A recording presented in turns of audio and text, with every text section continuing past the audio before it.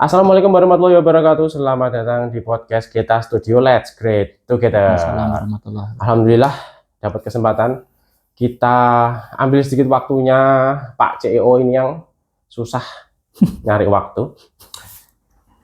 Bersama saya Riko Radan, sekarang telah hadir Bapak CEO kita Panji Pragiwaksono. Ngawur. Mas Handri loh, Handri. Mas Burhan. Jangan nama itu. Ya, nama asli aja. Mas Burhan. Nama aslinya Mas Burhan. Iya. Burhan siapa? Kalau boleh tahu. Aku terus terang. Jadi selama ini nggak tahu nama saya. Mas Burhan Arif. Iya, Burhan Arif. Burhan Arif Iya, ya. namaku Burhan Arif. Jadi panggilan yang tadi itu sebetulnya nama panggilan rumah sebetulnya. Oh. Jadi nama kecil. Nama kecil, ya. Oh. Jadi nggak, dulu memang teman-teman di luar keluarga ya, di luar circle keluarga itu tahunya namaku ya Handri. Namaku Burhan. Tapi kalau yang circle keluarga tahunya namaku tuh Handri. Berarti aku termasuk keluarga ya. Aku tahunya yang Handri. Iya. Iya. Mas Burhan ini adalah CEO dari Kita Studio. Ya, halo. Halo apa? Sudah berapa lama menjabat sebagai CEO di Kita Studio? Berarti sebelumnya waktu di Papillon juga sudah jadi CEO ya? Iya, dulu di Papillon jadi CEO juga. Jabatan terakhir ya. Terus sampai sekarang. Terus sekarang ketika kami rebranding ya. Terus saya tawarkan ke teman-teman yang lain, gak ada yang mau, terus habis itu saya lagi. CEO abadi ya berarti ya? CEO abadi. Iya, tanpa adanya penurunan pelengseran. Kira-kira rencana berapa? 32 tahun? Kayaknya nunggu reformasi. Kayaknya harusnya lebih sih. Ya. Karena kan saya kan orangnya nggak neko-neko. Oh gitu ya. Seperti pemimpin-pemimpin yang lain. Rencana nanti anaknya mau dinaikkan jadi CEO kita juga? Bisa. Ya. Iya. Yang nanti kan untuk bahas apa ini? Karena nanti kan mau bikin holding company kan. Udah aja. Kita lanjutkan lagi. Ini kan kita industrinya bergerak di bidang desain ya, desain, ilustrasi, komik. Nah kalau Mas Handri mana? Kalau Mas Burhan itu dulu tercemplung di industri ini gimana, Mas? Apa ya? Ya karena ini kepleset sih. Kan tercemplung kan, jadinya kepleset, jadi kecemplung gitu loh. Jadi akhirnya masuk ke sini. Iya, awalnya memang coba-coba. Enggak coba-coba. Dulu memang suka. Oh, memang suka ikut-ikutan. FOMO. Tapi FOMO-nya bukan karena viral, tapi karena memang dari kecil tuh emang suka suka nonton film kartun, terus anime Jepang. Nah itu terus jadi inspirasi. Habis itu saudara itu juga ada yang suka gambar juga. Mas Alfa. Iya itu. Terus jadi ikut-ikutan saudara. Nah itu terus. Diajak atau memang pengen sendiri? Pengen sendiri. Jadi karena karena merasa punya skill. Iya, merasa punya skill. Tapi dulu nggak tahu kalau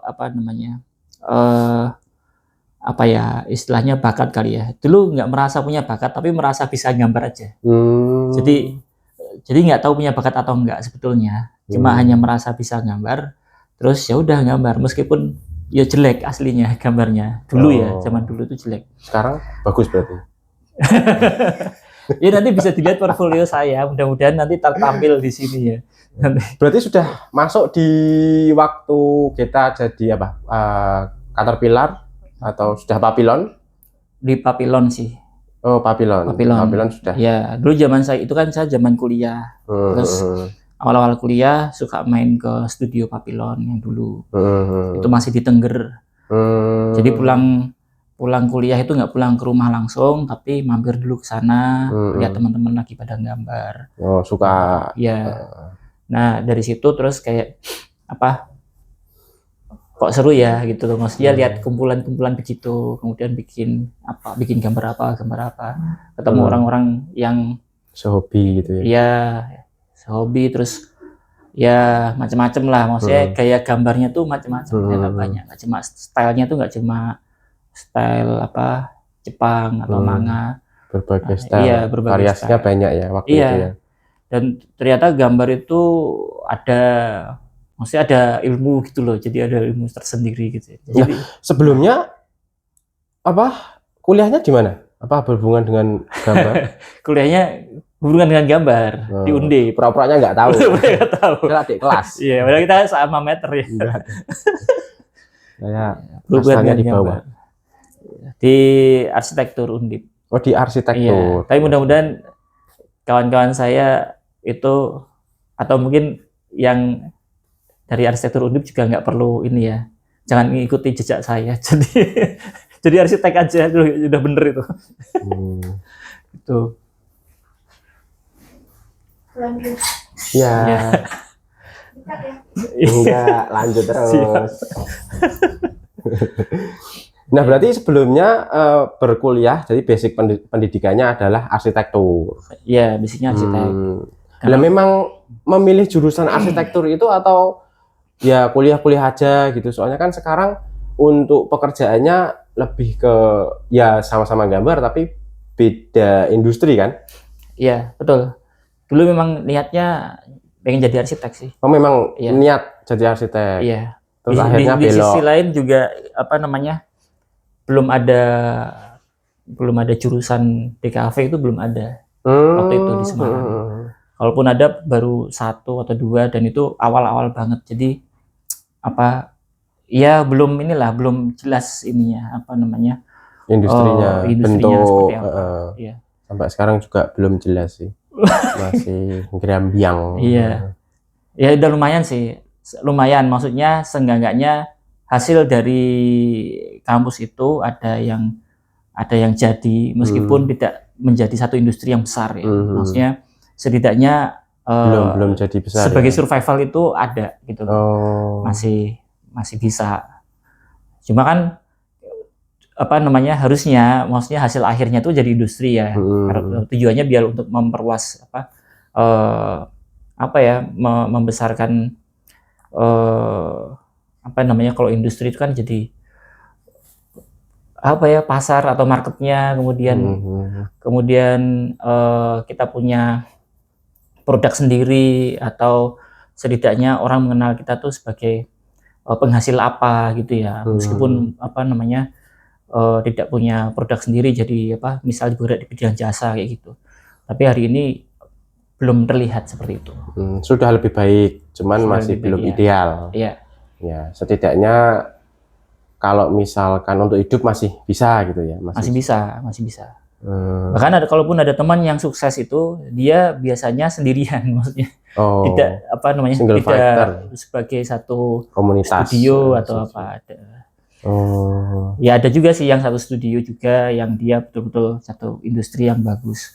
Cuma apa ya, secara benchmark itu belum bisa diturunkan gitu loh, maksudnya bisa nggak, maksudnya kita mengambil industri A kemudian dibawa ke kota ini, dicoba di sini dengan cara yang sama, bisa jadi nggak bisa loh, jadi bisa jadi beda polanya. Jadi gitu. Belum bisa diterapkan di beda tempat, beda lingkungan gitu, masih belum bisa ya. Jadi masih bergerak sendiri-sendiri, sporadis itu ya. Sporadis. Berarti idealnya itu kalau misalkan sudah teruji dan diterapkan dimanapun bisa berhasil gitu ya. Iya. Jadi belum menemukan apa ya istilahnya? Formula yang tepat ya. Ya masih mencari-cari. Tapi yang menarik adalah Papillon ini yang kemudian rebranding menjadi Geta Studio mampu bertahan lebih dari 20 tahun. Iya. Itu kan suatu achievement lah ya. Anomali. Walaupun belum segede itu, tapi minimal sudah bisa bertahan menghidupi kita sebagai karyawan dan owner. Itu kan sudah suatu achievement tersendiri. Lah, kiat-kiat biar bisa bertahan di industri. Masya Allah. Mantap. Bertahan apa di ya? industri. Ya ini sih menjaga apa namanya semangat dari visi sih sebetulnya. Oh, visi misinya jelas dulu, iya, terus jelas. dijalankan dengan tetap bersemangat, konsisten menjalankannya. Iya, sama kita tuh ini ya nggak cuma sekedar apa namanya hanya memiliki satu skill atau ya udah kalau karena kita di industri komik ya udah kita skillnya cuma itu aja. Jadi apa namanya selalu merasa haus ya, maksudnya dengan ilmu-ilmu baru. Contohnya misalkan kita kan kalau saya sendiri kan di komik, skill atau kemampuan apa yang perlu diasah supaya bisa bertahan, supaya bisa lebih maju? Skill sabar sih mas. Mengencangkan ikat pinggang. Aduh, iya, karena nggak semua orang itu ini berat. Apa namanya industri itu kan naik turun ya. Jadi nggak semua orang itu bisa bertahan saat turun gitu ya. Jadi kadang itu dia merasa bahwa wah ini kayaknya udah habis nih, tidak apa namanya tidak benefit lagi, tidak punya masa depan seolah kayak gitu. Ya, tapi yang namanya kenyataan kan begitu ya, nggak bisa kita lihat itu lempeng atau selalu naik kayak gitu. Ya kita selalu berharap itu kayak gitu naik. Idealnya ya, gitu naik terus. Iya, grafiknya itu selalu naik, tapi kenyataannya nggak begitu. Makanya kita harus punya salah satu skill yang penting ya untuk life skill terutama itu. Skill nggak cuma di kerjaan ya, tapi di kehidupan juga ya. Iya, banyak orang kan seringkali kayak kemudian dia jadi ilustrator atau komikus itu susah ya. Ya udahlah, terus mumpung dia usianya masih muda, terus dia daftar ASN jadi ASN gitu loh. Jadi maksudnya terus dia tinggalkan nggak konsisten. Ya. Nah itu nggak banyak yang orang seperti itu.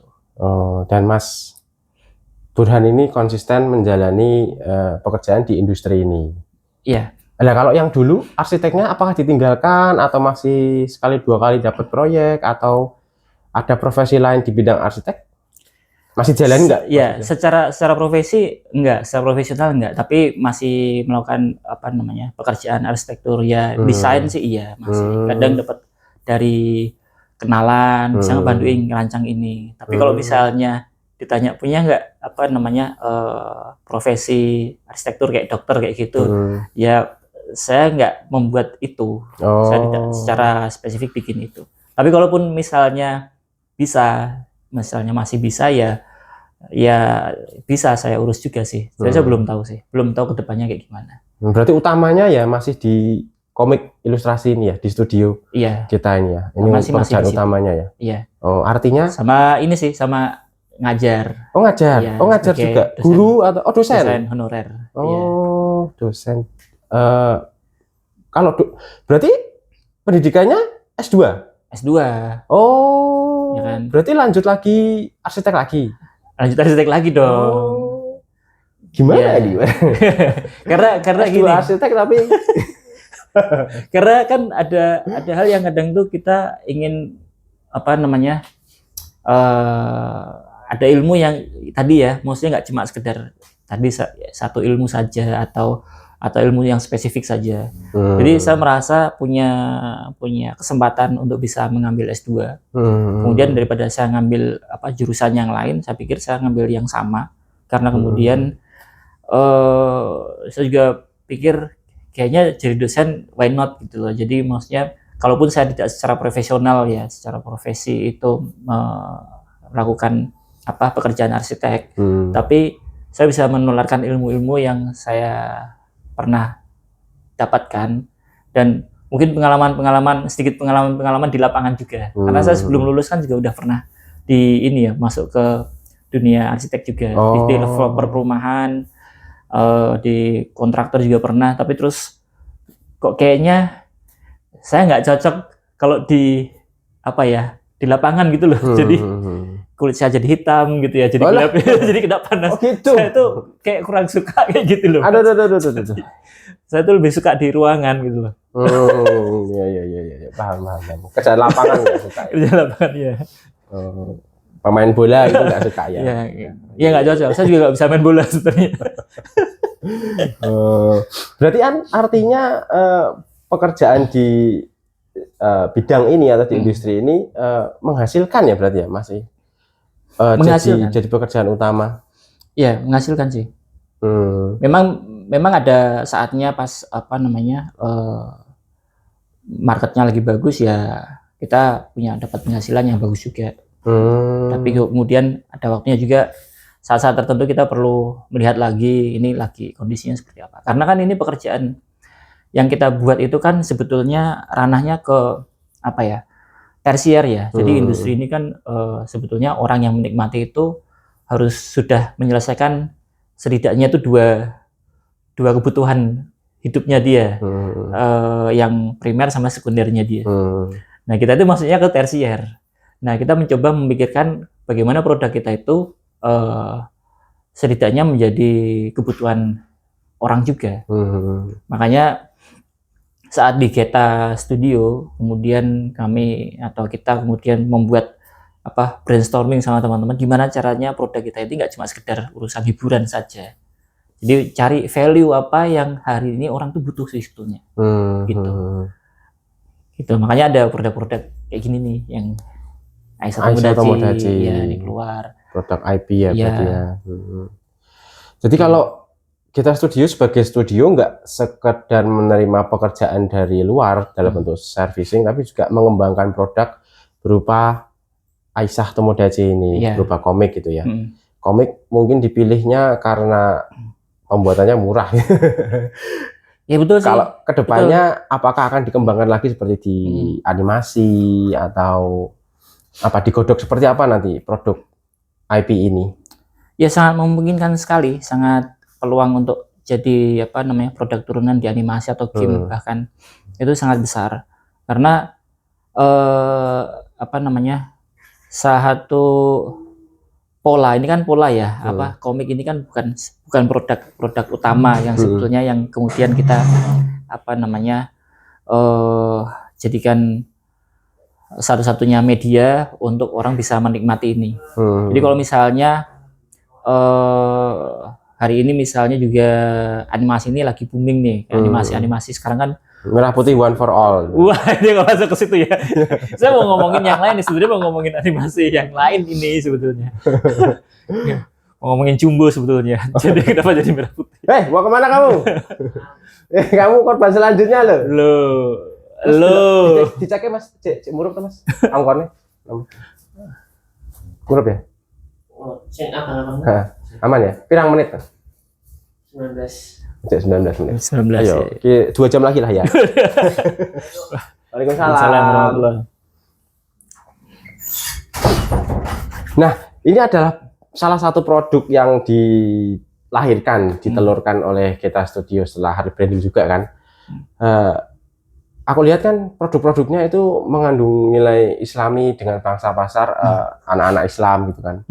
Memang sengaja mau memasukkan nilai-nilai Islam secara sengaja gitu ke produk-produknya atau gimana value di Geta Studio ini?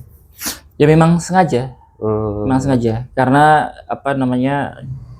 kita kan juga di Geta Studio banyak mengkaji ilmu-ilmu yang ternyata banyak ilmu-ilmu yang dari sudut pandang agama Islam itu mempengaruhi hal-hal yang berhubungan sama segala hal di bumi ini ya, di bumi ini. Dari hewan atau kemudian dari urusan hubungan antara anak dan orang tua kayak gitu, atau pertemanan seperti apa. Nah, kami memikirkan fenomena hari ini orang-orang atau anak-anak kecil hari ini kan influence-nya sama gadget, sama TikTok, sama Instagram, yang mungkin itu bisa random sekali yang mereka dapatkan gitu ya. Kita pikirkan, kita berharapnya produk Aisyah ini bisa masuk nih ke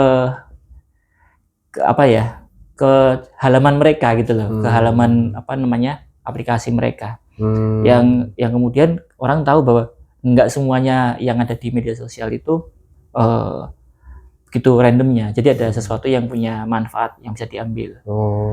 Jadi kita berharapnya ini sih orang yang melihat ini melihat komik-komik kami yang ada di media sosial atau kemudian membeli produk kami yang dalam bentuk buku itu kemudian terinspirasi. Misalnya bicara tentang kan ada yang yang semut itu. Nah, Semut itu kan dibahas tuh di komik buku 3 kalau nggak salah buku 3, ya. Betul. Itu sebetulnya ada loh di Quran. Nah, udah pernah belum baca Quran yang apa namanya surat tentang semut? Triggernya dari komik itu ya, terus akhirnya bisa mengajarkan tentang nilai-nilai Islam gitu ya. Karena kan hari ini kan orang melihatnya visual ya, terutama anak-anak sekarang itu kalau lihat cuma tulisan langsung tuh kadang kayak apa sih ini, bosen gitu lihatnya. Nah makanya terus ya udah kita pendekatannya ke situ, pendekatannya seringan mungkin agar itu orang itu kalau lihat sesuatu tuh mudah mencerna gitu loh, mudah mencerna biar nggak merasa pesannya bisa tersampaikan dengan baik ya untuk anak-anak ya. Iya. Saya kira kan karena setelah melakukan riset terus ternyata dilihat bahwa pasar komik-komik Islam atau pembaca-pembaca Muslim itu memberikan benefit peluang bisnis yang besar. Ada penjualan komik-komik Islam kan besar sekali itu kalau menurut data. Saya kira dari situ aja, tapi ternyata juga di belakangnya selain itu juga pasti dipikirkan, memikirkan juga efek dari produk-produk kita kepada pasar gitu ya, yang kita keluarkan gitu ya berarti ya. Enggak cuma sekedar masalah material gitu ya berarti ya. Iya betul. Kan memang sebenarnya salah satu kalau kita di berbisnis ya di muamalah Islam kan apa namanya hampir semua konsep bermuamalah kita itu efek utamanya itu memberi apa ya, memberi manfaat, saling ridho. Orang yang mendapatkan produk itu ridho, orang yang menjual itu juga ridho. Jadi ketika mereka ridho kemudian menerima ya itu jadi apa namanya, kita berharap keberkahan dari situ. Jadi produk kita bermanfaat dan dia aman memberikan ini ke orang lain misalnya. Ini ada buku bagus nih, dia mau rekomendasikan itu tidak takut gitu loh. Tidak takut ini bukunya terlalu dewasa misalnya gitu ya. Orang kan hari ini kan kita lihat kayak komik-komik terjemahan dari negara lain masuk ke Indonesia itu kan filterisasinya agak kurang ya. Iya kan kadang ini masa komik kayak gini masuk di sini gitu loh maksudnya. Negara-negara lain ini yang terjemahan ini paham nggak sih sebetulnya kita tuh apa mayoritasnya siapa, yang nikmatin ini siapa gitu loh. Itu yang kadang sayang sekali. Dan di zaman sekarang kan susah sekali untuk menfilter itu kan.